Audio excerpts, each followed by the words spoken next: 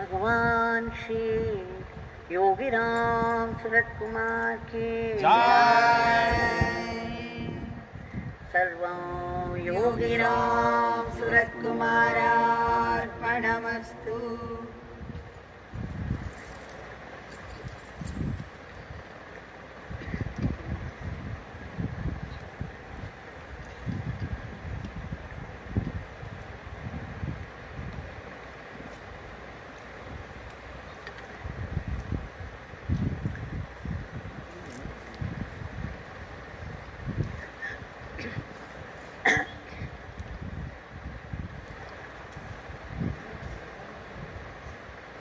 On this holy, auspicious day and in the beautiful evening,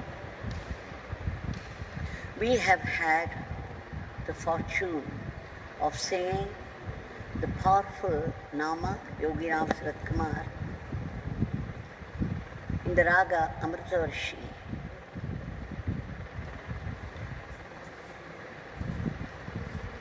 It was supposed to bring rains.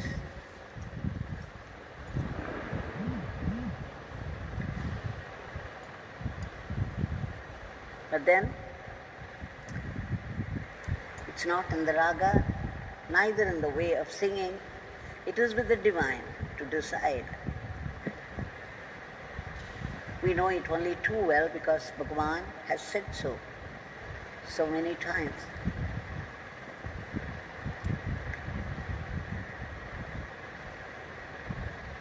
Today, we shall see again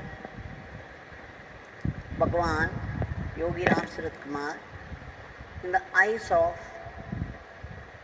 a new devotee, a friend from Austria by name Stefan Melnick. The first time he heard about Yogi Ramsuratkumar, that there was an enlightened being in Thiruvanamalai and that he was a chain smoker. Stefan Melnick did not give much thought to it. He was already a devotee of Sri Sathya Sai Baba. But then, when he went to New York,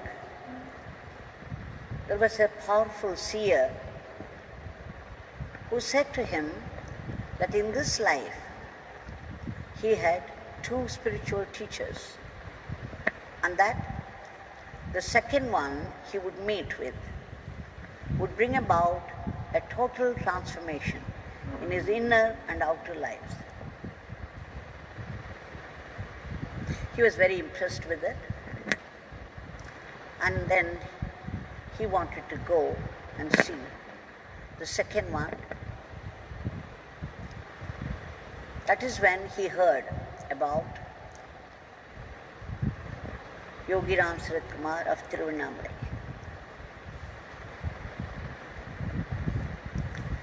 It was Mr. Will.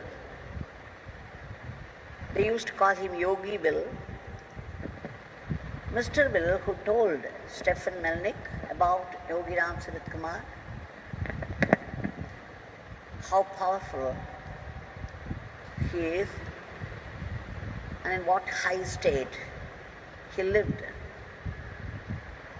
So he was very impressed, and the fact that the seer told him that his life would change completely after meeting Yogi Ramsuratkumar of Thiruvanamalai, he began to take trouble to come. When he came to Thiruvanamalai, everywhere it was full, every ashram was full already. He did not get place to stay anywhere. But he somehow found a dilapidated building and a room which was rather cheap. Next day he promptly presented himself in the ashram, and there in the ashram people were talking about Bhagwan's car darshan. and then going in a queue, and then going round the statue of Bhagwan 3 times, and all that. He found them ridiculous. He was thinking, what is this? Car darshan? Never heard of such a thing. And a chain smoker? And people should walk in a queue, wait around, and not go near him, only go around the statue while he was still in the body, sitting just about 6 feet away from the statue, his own statue.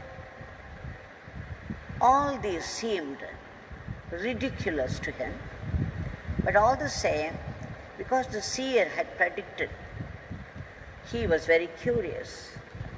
He wanted to give it a chance. And then, 7 o'clock, the car was coming from Sudama.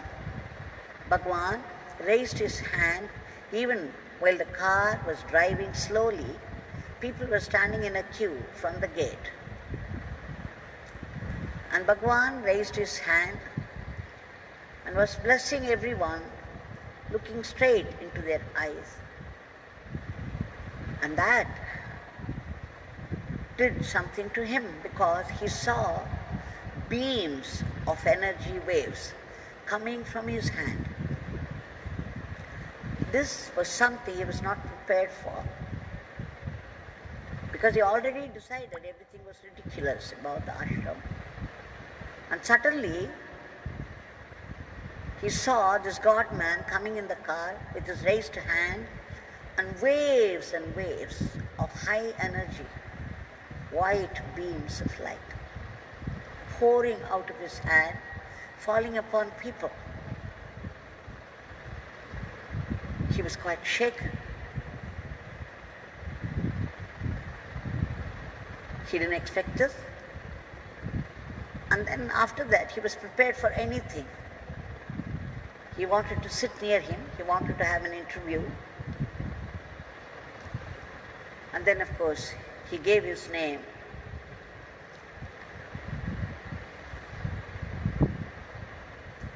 He went along with the other people inside, went round the statue, prostrated. And then he went back to the bhajan hall, the dining hall, where the bhajans were going on. Now he knew the inside of this God-man for sure. He did not doubt anymore. He had first-hand experience of the divinity of the God-man. He fell into a deep meditation in the bhajan hall. And suddenly somebody came and tapped him on the shoulder. And they said that he was being called for the interview. Immediately he rushed. Swami was seated outside the Pradhan Mandir in a chair. There was another chair by his side. And he went and sat there. They told him not to touch his feet. So he bowed before Bhagwan, and then Bhagwan gestured to him to sit in the chair. He has described all that he saw, all that he felt in an article. He says in the article, he was sitting close to Bhagwan. Bhagwan's eyes were up. They went up. And then suddenly the eyes were dancing up there, and he was completely lost in a certain work, in a certain divine work. And then he came down. Then he asked him, this Stefan Melnick, his name, his profession, the country, everything. And just after that again his eyes went up. He was completely lost once again in some divine work which Melnick could not fathom. And again the eyes came down, and Bhagwan looked at him very casually. Just a look, a casual look. And then Melnick saw a dazzling, brilliant white light pouring out of his eyes. Now, he was absolutely flabbergasted. He just did not know what was going on.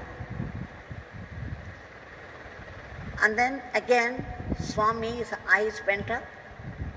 He was completely lost in some other work. And then Melnick thought, oh, he should be working on me also. He hoped that Swami was working on him also. And again, Bhagwan came down from that level, looked at Stefan Melnick and took his thumb, just the thumb alone, in his grip. And they sat together like that in complete silence. And Swami was lost in something like samadhi, and he went into deep meditation. His eyes were closed, Melnick's eyes were closed. He could still see a flame, an orange flame, the color of an orange flame. When he opened again, there was a flood of this dazzling bright light, like 1,000 suns in the sky. And what was more, all that he had been seeing as reality, the world, the people around, the idea that he, Stefan Melnick, with a body, his identity, everything was completely lost. He was lost. And this white, dazzling, bright light was pulsating with life. It was vibrant. And it seemed to swallow the whole world.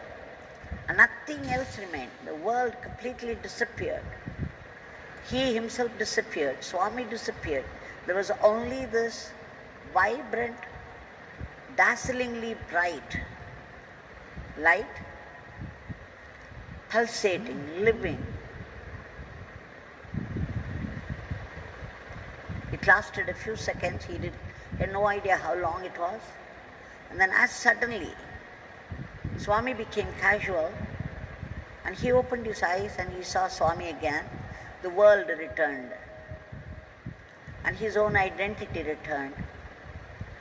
And for all that was happening there, the intense experiences of a different world, Swami's face did not register any emotion at all. It was very casual.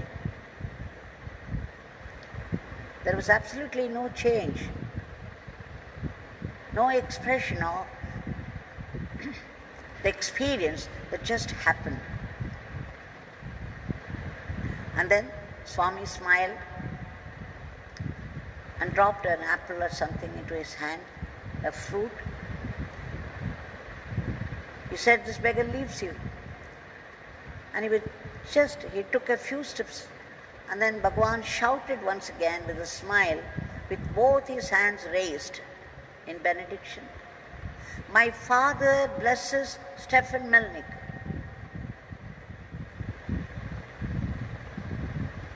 Which kept reverberating in his ears for long. And after that, of course, he stayed for some more time, and every day he was coming. And he found himself changing. And when he went back to Europe, his place, there was a complete transformation in him. That all the time he only wanted to meditate, he wanted to be left alone. And just as the seer predicted, Yogi Ramsuratkumar shook him altogether and gave a new identity, new level of living.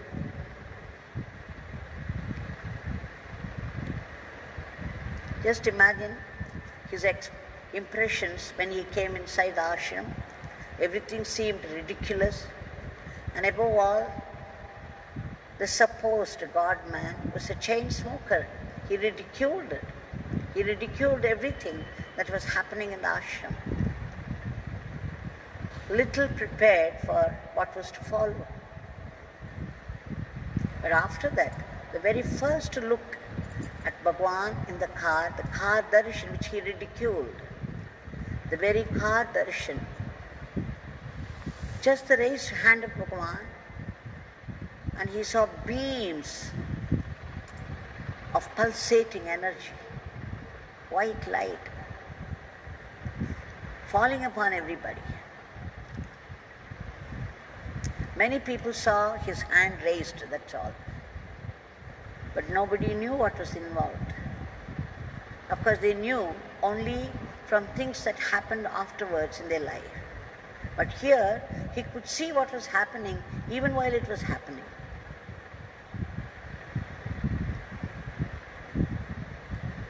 Now that Bhagwan, that pulsating, vibrant, dazzling brightness, the column of fire that was there in the place of Arunachala, that Melnick saw, the color of the flame. And what I described this morning, Arunachala Jyoti, that Jayendra Acharya called him Arunachala Jyoti, is now here in front of us in the form of the Murti, with his hand raised in benediction, much the same way as he did in his car darshan when Stefan Melnick was there waiting along with other people.